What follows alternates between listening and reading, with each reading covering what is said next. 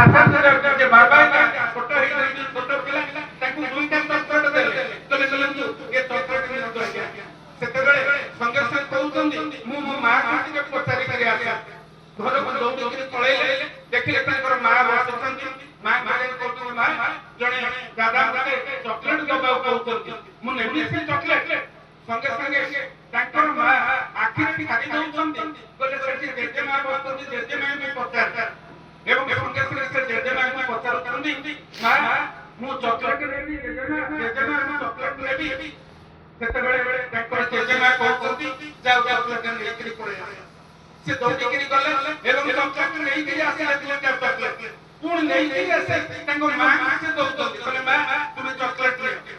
ସେ ପୁଣି ସେ ଆଖିରେ ଛାଡ଼ିଦେଲେ ତୁମେ ଜେଜେମାଙ୍କୁ ଦିଅ ବୋଲି ଏବଂ ସେ ପୁଣି ନେଇକିରି ଜେଜେମାଙ୍କୁ ଚକ୍ଲେଟ ଦଉଛନ୍ତି। ଜେଜେମା କହିଲେ ଠିକ ଅଛି ତୁ ଗୋଟେ ନିଏ ମତେ ଗୋଟେ।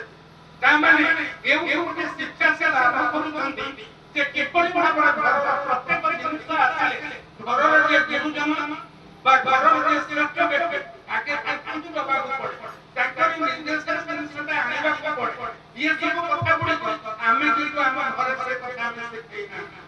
ଯାହା ପାଇବ ପିଲା ଯାହା ପାଖରୁ ଯାହା ଆଣିବ ସେ ନିଜେ ନେଇକରି ଚାଲିଯିବ। ଆଉ କାହାକୁ ଦବା କଥା ବାପା ମା ମାନଙ୍କୁ ଶିଖାନ୍ତି। ଇଏ କଥା ଗୁଡ଼ିକ ଠାକୁରଙ୍କ ପାଖକୁ ଆସିଲେ ମଣିଷ କାଲାବ କରିପାରେ। ଆମେ ସେ ବିଦ୍ୟାଳୟରେ ନାମ ଲେଖିଛନ୍ତି। সেই বিদ্যালয়ের সর্বশ্রেষ্ঠ শিক্ষক ଆମକୁ ଗୋଟିଏ ଭଲ ମଣିଷରେ ଗଢ଼ିବା ପାଇଁ ଚେଷ୍ଟା କରିଛନ୍ତି। ତାଙ୍କର ସେ ନୀତି ଆଦର୍ଶକୁ ମାନିକରି ଆମେ ଗାଈ ଉଠିବା ବନ୍ଦ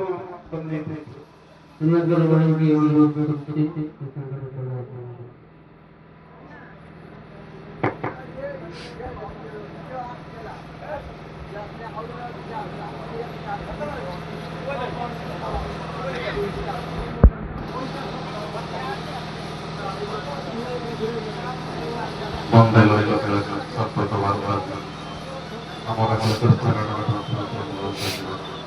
প্রণয় ভ্রমণ জাগরিত মন্ময়ী জীবন মন্ময়ী জীবন তন্ময়ী জীবন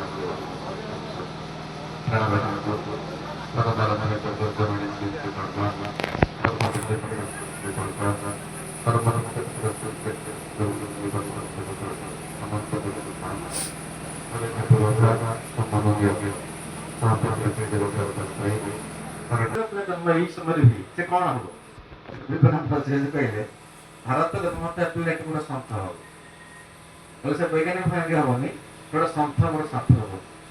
ତାହେଲେ ଏଇ ହଉଛି ଆର୍ଯ୍ୟବର୍ତ୍ତ ଭାରତର ମାଟି। ଯୋଉ ମାଟିରେ ଜନ୍ମ ହେଲେ ମଣିଷ ସନ୍ଥ ହୁଏ ବା ସାଧୁ ହୁଏ। ଏଇ ମାଟି ଏତେ ପବିତ୍ର। ଏ ଆର୍ଯ୍ୟବର୍ତ୍ତ ଭାରତର ମାଟିଟା ଏତେ ପବିତ୍ର। ଯୋଉ ମାଟିର ପୁଅଟିଏ ସେଦିନ ବାପାର ଶତ୍ରୁ ରକ୍ଷା କରି 14 ବର୍ଷ ବନବାସ ପଳେଇଗଲେ ବିନା ପ୍ରଶ୍ନ। ଇଏ କୋଉ ଆଉ କୋଉ ମାଟି ଦେଖାଯାଏ? ଇଏ ହଉଛି ଆର୍ଯ୍ୟବର୍ତ୍ତ ମାଟି। ସେଇ ମାଟି ଯୋଉ ମାଟିରେ ଗୋଟେ ପୁଅଟିଏ ରାତି ପାଇଲେ ରାଜା ହେଇଥାନ୍ତେ ସେ ପିତୃସତ୍ୟ 14 ବର୍ଷ ବନବାସ ଗଲେ ବିନା ପ୍ରଶ୍ନ। ଏଇ ହଉଛି ମାଟି। ଏଇ ହଉଛି ସେଇ ଦେଶ ଯୋଉ ଦେଶରେ ଆମେ ସବୁ ଜନ୍ମ ହେଇଛୁ। ତାଙ୍କଠାରେ ଗୋଟେ ସୁନ୍ଦର କଥା କହିଲେ ସ୍ତ୍ରୀ ହଉଛି ପ୍ରକୃତିର ମଣିଷ। କିଏ ସେ ପିତା ମାତୃକୁ ଭଲ ପାଏ, ତା ମାତୃଭୂମି ଭଲ ପାଏ, ଭାରତକୁ ଭଲ ପାଏ।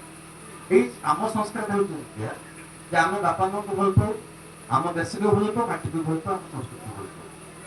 ଠାକୁର କଥା ଆମକୁ ଶିଖି ଯେତେବେଳେ ପରିବାର ପିଲାଟି ଜନ୍ମ ହେଇକି ଅଛି ବା କାହାର ଶୁଭମନା ସେ ଜନ୍ମଦିନ ପାଳନ କରୁଛନ୍ତି ତାର କଥାଟା ହେଉଛି ସେଇଠି ଯେ ଆମ ସଂସ୍କୃତି ଆମକୁ କହିଦେଇଛି ଯେ ଆମ ପରିବାର ଏମିତି ଗୋଟେ ପରିବାର ଯୋଉ ପରିବାରରେ ଦେବତା ମାନଙ୍କର ଆବଶ୍ୟକତା। ସେ ଛୋଟ ପିଲାମାନଙ୍କୁ ଶିକ୍ଷା ଦିଆ ହୁଏ ଯେ ବାପା ମା ହଉଛନ୍ତି ଦେବତା। ପିତା ମାତା ଠାରୁ ବଡ଼ ଦେବତା ସ୍ୱର୍ଗ ହେଇଛେ ନାହିଁ ତାଙ୍କରି ଆସିଲା ସହାୟକ କରିବା ପାଇଁ। ଏଇ ହଉଛି ସେଇ ମାଟି ଯୋଉ ମାଟିରେ ପିଲାମାନଙ୍କୁ ଶିକ୍ଷା ଦିଆ ହୁଏ ବାପା ମା ହେଲେ ସବୁଠୁ ବଡ଼ ଦେବତା। ଏଇ ହଉଛି ସେଇ ମାଟି। ସେଇ ପରିବାର ଭିତରେ ଯେତେବେଳେ ଆମେ ସମସ୍ତେ ଅଛନ୍ତି ତାଙ୍କ ସେଇଥିପାଇଁ ଜଣେ କହିଥିଲେ ଯେ ଆର୍ଯ୍ୟବର୍ତ୍ତର ପ୍ରତ୍ୟେକ ପରିବାରରେ ଦେବତା ମାନେ ବାସ କରୁଛନ୍ତି।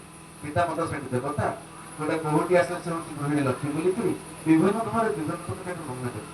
ତ ସର୍ବୋପରି କଥାଟାকে ଦେଇପାରିବ କରିକି ଆମେ ଯୋଉ ଛୋଟ ପିଲାଟା ଜନ୍ମଦିନ ପାଳନ କରୁଛନ୍ତି ତାକୁ ଗୋଟେ ଭଲ ମଣିଷ ପାଇଁ କଥା କହି ତାର କଲ୍ୟାଣ ପାଇଁ ମଙ୍ଗଳ ପାଇଁ ତାଙ୍କର ପ୍ରାର୍ଥନା କରୁଛନ୍ତି ଭଲ ମଣିଷଟି ହେବ। ଭଲ ମଣିଷ କେମିତି ହୁଏ ଠାକୁର କିନ୍ତୁ ଆମକୁ କହିଦେଇଛନ୍ତି ଏବଂ ସେଇ ଅନୁସାରେ ଆମ ଚଳିବାକୁ ସେଇ ଅନୁସାରେ ଆମ ଜୀବନ ଶୈଳୀକୁ ନେଇ ଚାଲିବାକୁ।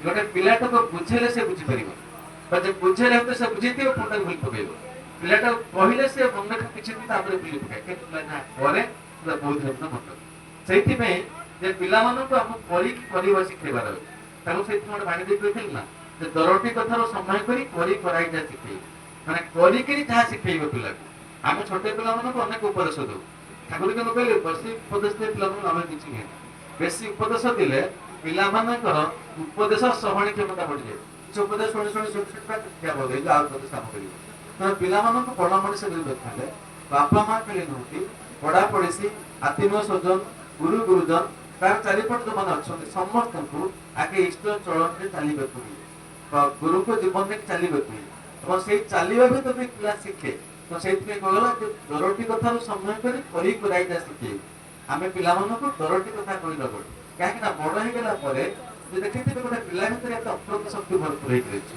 ଗୋଟେ ପିଲା ଭିତରେ ଏତେ ଶକ୍ତି ଅଛି ଯୋଉ ଶକ୍ତିର ମାପ ଆମେ କରିପାରିବାନି ମାନେ ଈଶ୍ୱର ତାକୁ ଏତେ ଅପ୍ରତ ଶକ୍ତି ଭରିକି ଦେଇଛନ୍ତି ହୁଏତ କେତେବେଳେ ଶକ୍ତିର ଉନ୍ମେଷ ହଉଛି କେତେବେଳେ ଶକ୍ତିର ଉନ୍ମେଷ ହଉନି ଏତିକି ହଉଛି ଫରକଟା ତ ସେ ଶକ୍ତିର ଉନ୍ମେଷ କରିବା ପାଇଁ ଆମେ ଠାକୁର ଜୀବନରେ ଚାଲୁଛନ୍ତି କାରଣ ମଣିଷ ଜାତିର ବୈଶିଷ୍ଟ୍ୟଟା ତା ଭିତରେ କି ଗୁଣ ଅଛି କି ବୈଶିଷ୍ଟ୍ୟ ଅଛି ତାକୁ ଆମେ ଜାଣିପାରୁନ ହୁଏତ କିନ୍ତୁ ତା ଭିତରେ ସେ ଅପ୍ରତ ଶକ୍ତିଟାକୁ ସ୍ଫୁରିତ କରିବା ପାଇଁ ସ୍ଫୁରଣ କରିବା ପାଇଁ ଆମ ଗୁରୁଙ୍କ ଜୀବନରେ ଜୀବନରେ ଚାଲୁଛୁ ତ ସତ୍ସଙ୍ଗ ଜୀବନରେ ଚାଲିବା ଭିତରେ ଆମେ ଠାକୁରଙ୍କୁ ଦେଇଥିଲୁ ଠାକୁରଙ୍କ ଦୀକ୍ଷା ସମୟରେ ଯାହା ଯାହା କହିଛନ୍ତି ତଦନୁପାତିକି ଚାଲିବା ଏବଂ ସେଇଆକୁ ଦେଖିକି ପରିବାରଟା ଖାଲି କଥା ନୁହଁ ଆମ ପରିବାର ପ୍ରତିଟି ମଣିଷ ଇଷ୍ଟ କେନ୍ଦ୍ରିକ ଜୀବନ ନେଇକି ଚାଲନ୍ତି ଗୁରୁ କେନ୍ଦ୍ରିକ ଜୀବନ ନେଇକି ଚାଲନ୍ତି ତାହେଲେ ପରିବାର ସୁନ୍ଦର ହେଉଛେ ପରିବାର ମଧ୍ୟ ରହିଛେ ଏବଂ